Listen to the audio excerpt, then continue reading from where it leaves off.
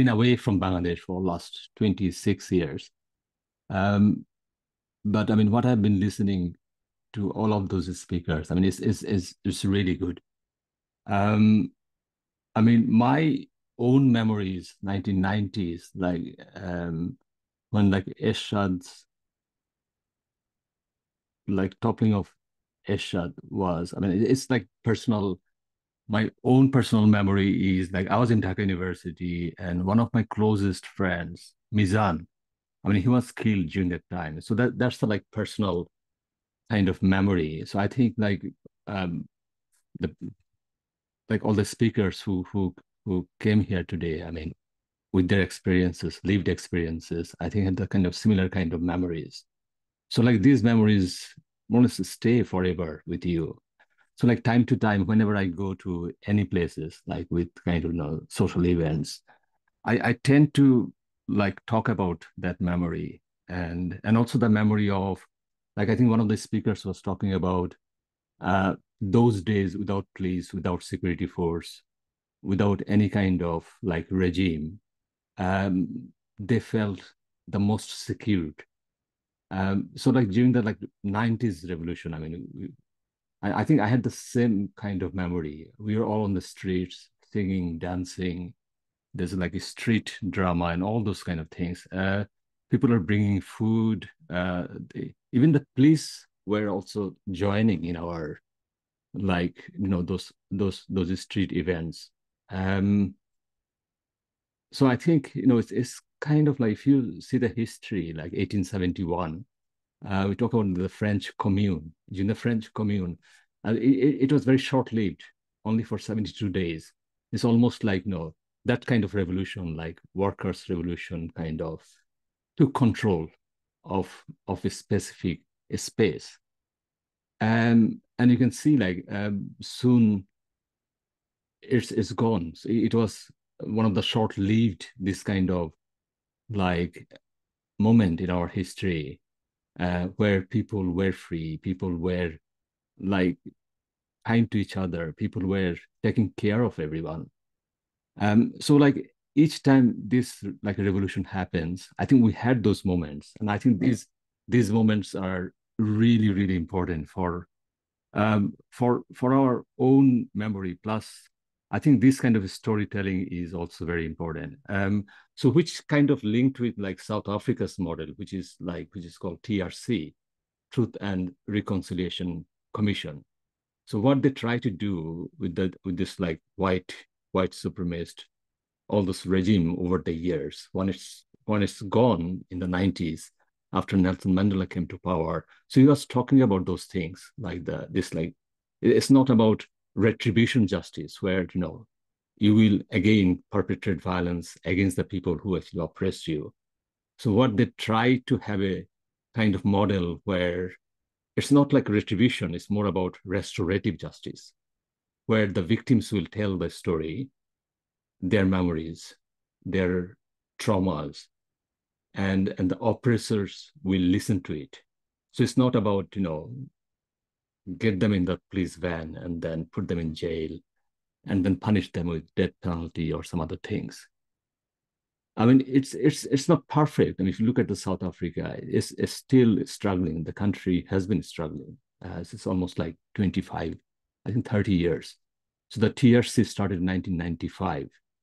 But you can see if you look at the South Africa's economy, so the white population, they just contribute 13% of their population, but they control 75% of the country's assets, the best lands of the country. So that's like Elon Musk's family they're talking about. So that's the story of like South Africa, even with all those TRC and everything. You can see there's a serious social division, poverty is huge. And again, you can see the group of ruling class coming back to the power with like full force. I think current leader is a billionaire himself. So like that's the story of like our human story or human tragedy. I mean, so that's the way it is. But at the same time, these stories are important. So like this TRC, the Truth and Reconciliation Commission, is just one part of that jigsaw. It's not the full part. It's not the full package.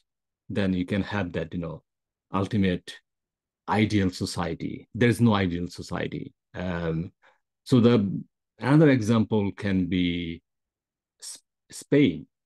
Spain under Franco's rule. I mean, he's like, archetype of this dictator. Has been power for a long time. So once he died 1977. Spain was going through the same kind of process again.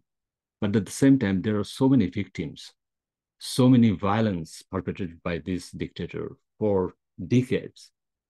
And it was not easy for Spain. So like even like in the last time they tried to reconcile the state, I think that was in 2007. So it started in 1977 and 2007. And today Spain is still, you can see there's still social division. If you follow Spanish politics closely, you can see there's a part in Spain, which is Catalan. They also try to separate themselves from the main Spain. So the divisions are still there. So I think I can see like that the young generations talk about, their memories, their struggle and those revolutionary moments. But also I can see the frustration why things are not changing the way we actually envisioned. But I mean, that's part of the people like, who are in a, I don't know, like the kind of privileged position, who are the academics, who are the journalists, who are socially more stable position, talk about their stories as well. It's not only the students' stories, their sufferings, their struggle, but also the people who were also part of the revolution. I think that someone mentioned that the rickshaw pullers were the most, their numbers are the biggest number who actually sacrificed their lives in July Revolution. So it's a like collective thing. It's not done through like one particular group, particular person, or particular university. So I think when you talk about bring like theory a bit, I mean, people like Habermas, I mean, he talks about democracy. He talks about deliberative democracy, where he talks about, you have to include all those groups.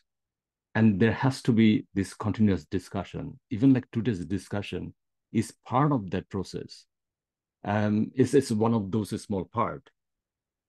So like everyone has got this idea that, why this government is not doing that or doing this. And I think that the process I think that's the position we have to take. I mean, there's no shortcut or easy way to come out from this process. I mean, I'm in UK today. I mean, I was in the morning in a protest march.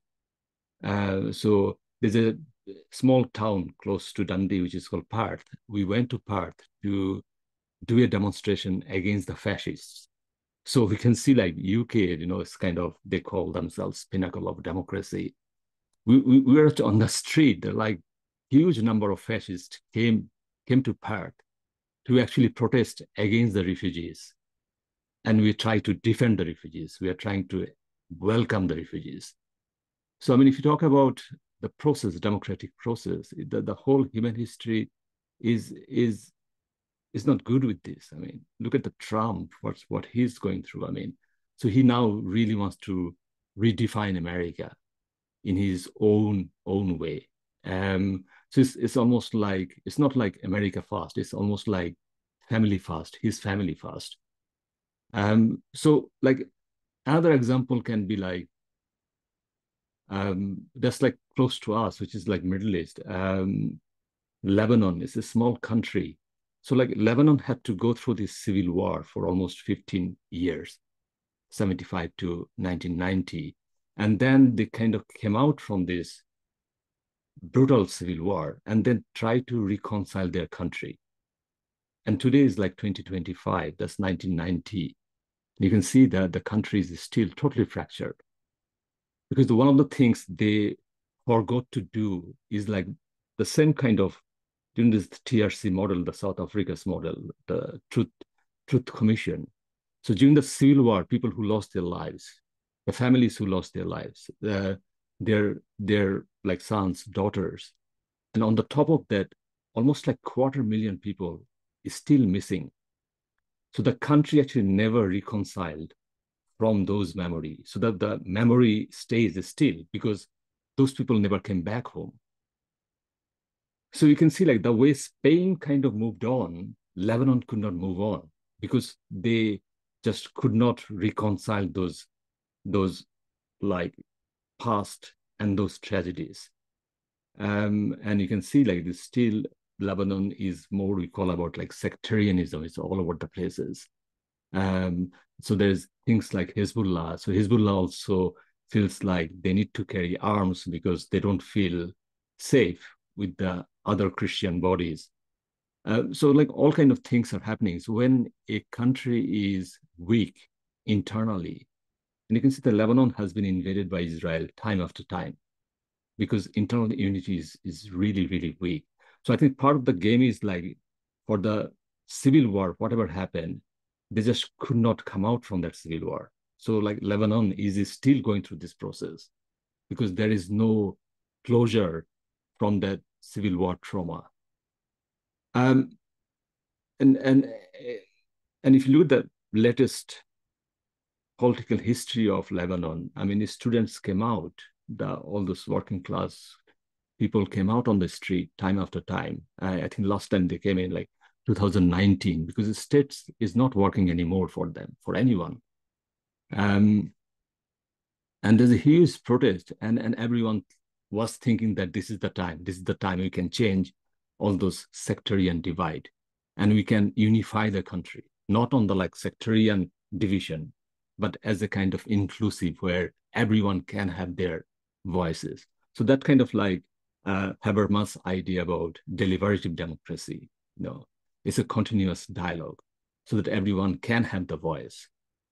So that's not there in terms of Lebanon's body politic. So I mean, I can see like what Bangladesh is going through. I mean, Nizar sent me this like July documentation. Like I think they did this like July declaration. I think Muhammad Yunus read it in the Shahid Minar. And when I was reading it, I was feeling like, oh my God. So like then the things we talked about, this like inclusive democracy, deliberative democracy, truth and reconciliation, those things are not there at all. So you can see like anyone with an academic lens, if they read it, they will see that, oh, this is quite selective history we are bringing in. That's not good. So the leadership has to have that kind of, I mean, especially like for Muhammad Yunus, I mean, he's not democratically elected leader. So he doesn't have to prove or unprove anything. So his position is like much more philosophical. I think dragging himself to those political terrain might not be a good idea. But I mean, I think what you guys are doing here, this kind of deliberative democracy, the discussion and the telling stories, telling our own experiences, our memories, our tragedies, I think those things are important, really, really important. So you don't have to bring like, people for like that kind of retributive justice, like punish them, hang them. But just like tell your story to them that you did it. I was there in that night, and police shot us. I lost my friends. I lost my, next door, like neighbors. These are the powerful stories. So, I mean, justice. So the justice is really, really kind of crucial here. I mean, so like some people think that, okay, like justice first, then the peace next. So the peace and justice, like which one will come first? It's like a difficult situation, but I can see like there is a rush for things. I mean, there's no rush for things here. I mean, you can see like, we the way the world works, I mean, it's not like finding that ideal society. There's no ideal society here. There's no golden age. Um, but at the same time, we need to create our own kind of inclusive, like, nation. I mean, I think Benedict Anderson talked about this, like, inclusive, this like community inclusive nationalism. So it talked about, civic nationalism versus ethno-nationalism. So when I was reading this declaration, July Declaration, it seems like, the civic nationalism. So those kind of words are not there. And I think that worries me. So, like, the things we did 1990s, we thought that this is it. The next phase is just like nirvana, paradise. That never happened. The brutality came very soon. So it's not like the history is not like one guy is good or bad. I think, like, so Nizar was talking about, this binary model that we are good, they're bad. And then he also talks about, uh, like, what about not the binary, just neither or nor. So, I mean, there's no right or wrong thing here. It's just the politics is complex. Like post 71, life was complex. It's not only that Bangladesh was making decision, like CIA was making decision, India was making decision. So all kind of other bodies are making discussion. So it's not like one person was making history. So the politics society is much more complex. So it's, I think, like, the main thing to do right now for, like, interim government, and especially like if you talk about civil society, you are the civil society here. So, like, I think the things you have done today, I think this is just excellent work. And I think this needs to be done through, like, in a like more national level, on the TV, in the radio, on the street, in the drama, in your writing.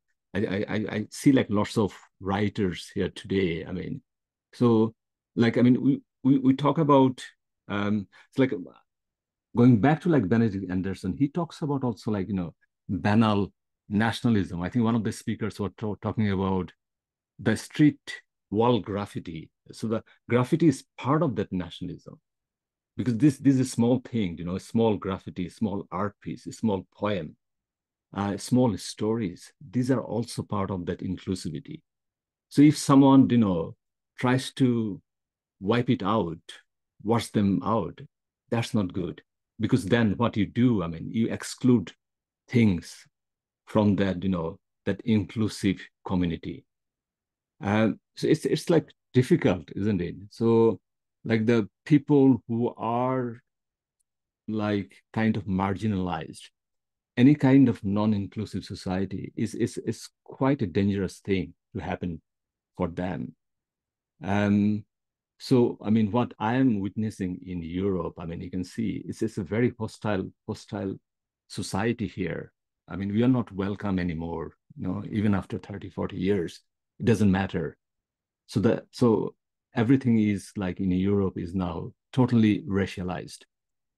And you can see, like, so even those countries, extremely developed countries, the first world we are talking about, it just the things are coming back, the bad things of our humanity coming back again and again. It's like difficult. It's I mean, I don't have the right answer. I don't have the, solution for these things. But I think what you guys are doing, that's part of the puzzle, that is small part. It's not the whole thing. So it's a process we have to go through. But I think one of the things is, like, I'm quite against those, any kind of, retributive justice or any kind of, it's again, like, what you do is, like, you just recycle it. And that means, like, it will come back again. It will come back again. And I think we suffered quite a lot. It's like, the way I see it is just post-colonial society you're living in since 1947, 48. I mean, still you can see, like, the things happening there. So the post-colonial societies, the elites always try to mimic what happened in the colonial time. And you can see, like, what happened, So when you talk about leadership, these are not leaders. These are, like, kind of the same kind of colonial like leaders or colonial administrator just bogged down the society with like bureaucracy and I think some of the speakers are talking about surveillance society, so all those CCTV, all those um, website censoring, these are not good for any society. So but it's like difficult, isn't it? You just want to, so the basic instinct says that you have to get rid of your enemies, but the problem is, I mean how many you want to get rid of them? I mean, there's no limit there. Same with power doesn't have any limit. I mean, how much power is enough to make you secure? I mean, there's not enough power anywhere. So I think the thought process have to be more like philosophical, more inclusive, and also like goodwill for humanity, for everyone, rather than just like one group of people. And so just like winners take all, that kind of democracy is just not good. So I'll just stop here. I mean, if you've got any questions, I can answer.